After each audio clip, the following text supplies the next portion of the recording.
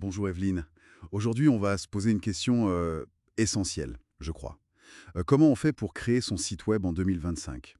Que ce soit pour une vitrine pro, un blog perso, ou même pour lancer une petite boutique, avoir sa place en ligne, c'est devenu quasi incontournable. L'idée, c'est pas de devenir développeur du jour au lendemain, hein, mais plutôt de regarder un peu les outils qui sont accessibles. On a justement sous la main une analyse comparative de 3 solutions qui font pas mal parler d'elles. Hostinger Website Builder, WordPress via Hostinger, et puis Wix. Notre mission, si on peut dire, c'est de démêler un peu tout ça, voir les points forts, les points faibles de chacun, pour aider à faire le bon choix selon ce qu'on veut faire, le budget qu'on a et le temps qu'on est prêt à y mettre. Allez, on décortique ça. On commence par Hostinger Website Builder.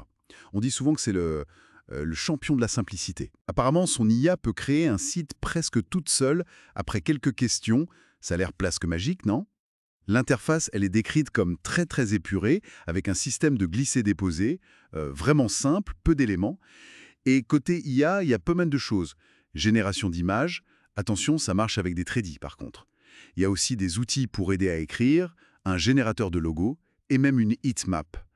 Ça, c'est l'outil qui montre où les gens cliquent le plus sur la page. C'est intéressant ça. Et les gros avantages, ça serait le prix, très compétitif, souvent avec nom de domaine et email pro inclus, et une certaine transparence sur les tarifs, pas de frais cachés, ça c'est bien. Il y a aussi quelque chose comme 150 modèles, plutôt modernes, bien faits. Oui, alors, cette plateforme, elle mise vraiment tout sur l'accessibilité. C'est c'est parfait pour un premier site, un portfolio, un petit blog. La prise en main est quasi immédiate, vraiment. Par contre, cette simplicité, elle a un coût. Les fonctionnalités avancées, elles sont plus limitées. Pour l'e-commerce, par exemple, 500 produits, ça peut sembler beaucoup, mais pour certains projets, ça peut être vite atteint comme limite. Il manque aussi ce qu'on appelle une marketplace d'applications, tu sais, une boutique d'extension pour ajouter des fonctions spécifiques.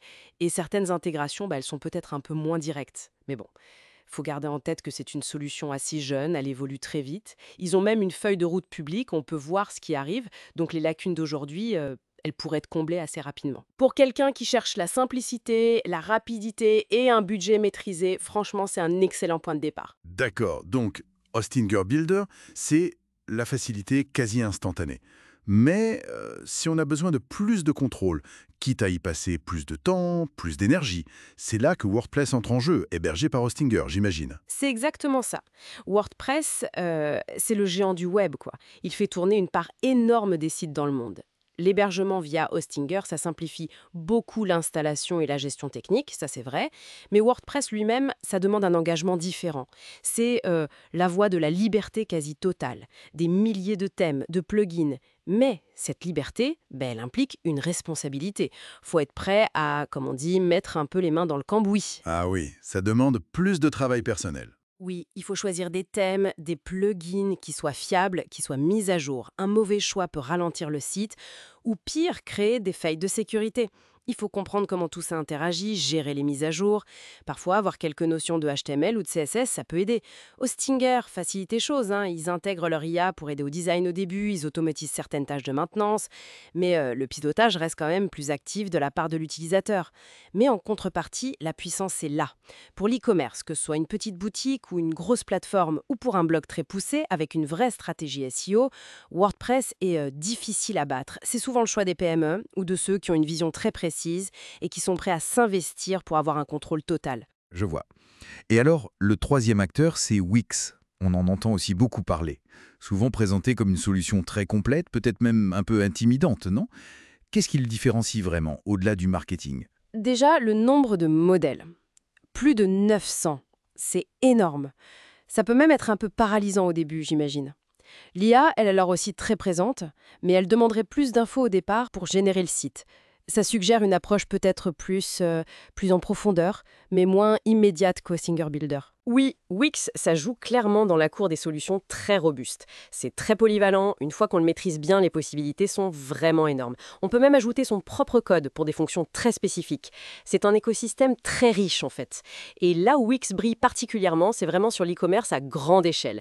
Si on doit gérer des dizaines de milliers de produits, avoir des options très avancées pour la gestion de stock, plus de 80 passerelles de paiement différentes, des intégrations poussées avec Amazon ou pour faire du dropshipping. Ah oui, le dropshipping, vendre sans stocker soi-même? Exactement, là c'est vraiment son terrain de jeu, c'est très puissant pour ça. Du coup, le positionnement est plutôt haut de gamme, le coût est plus élevé, c'est sûr, et la courbe d'apprentissage, elle est potentiellement plus longue aussi. Pour des projets ambitieux avec des besoins techniques pointus, ça se justifie complètement. Mais pour un simple blog ou une petite vitrine, ça pourrait être un peu surdimensionné, quoi. Trop puissant peut-être. Dans ce cas, la simplicité d'un Hostinger IaaS serait sans doute plus pertinente. Ok, donc si on essaye de résumer un peu tout ça. Hostinger IA, simplicité, rapidité, budget serré. Idéal pour démarrer sans se prendre la tête. Ensuite, WordPress via Hostinger. Liberté maximale, puissance, surtout pour l'e-commerce ou le blogging avancé, mais ça demande plus d'implication perso. Et enfin Wix, la solution très avancée, hyper personnalisable, redoutable en e-commerce à grande échelle, mais plus chère et plus complexe à prendre en main. C'est ça? C'est une très bonne synthèse, oui. Il n'y a pas vraiment de meilleur outil dans l'absolu, tu vois. Le choix optimal, il dépend vraiment du projet, de son ambition, des ressources qu'on a en temps, en argent, en compétences. C'est cette adéquation qui est clé. Donc le choix de l'outil, c'est vraiment une étape fondatrice. Lui-même, qu'il soit quasi instantané avec une IA ou qu'il implique une personnalisation manuelle détaillée. Comment ce processus influence le résultat final? Est-ce qu'un site créé en quelques clics par une IA communique la même chose qu'un site qui a été façonné à la main, avec peut-être ses petites imperfections, mais aussi sa personnalité? Est-ce que l'outil façonne juste la forme ou est-ce qu'il influence aussi le fond, le message, la connexion qu'on essaye de créer? Voilà, c'est une petite question intéressante à méditer, je trouve.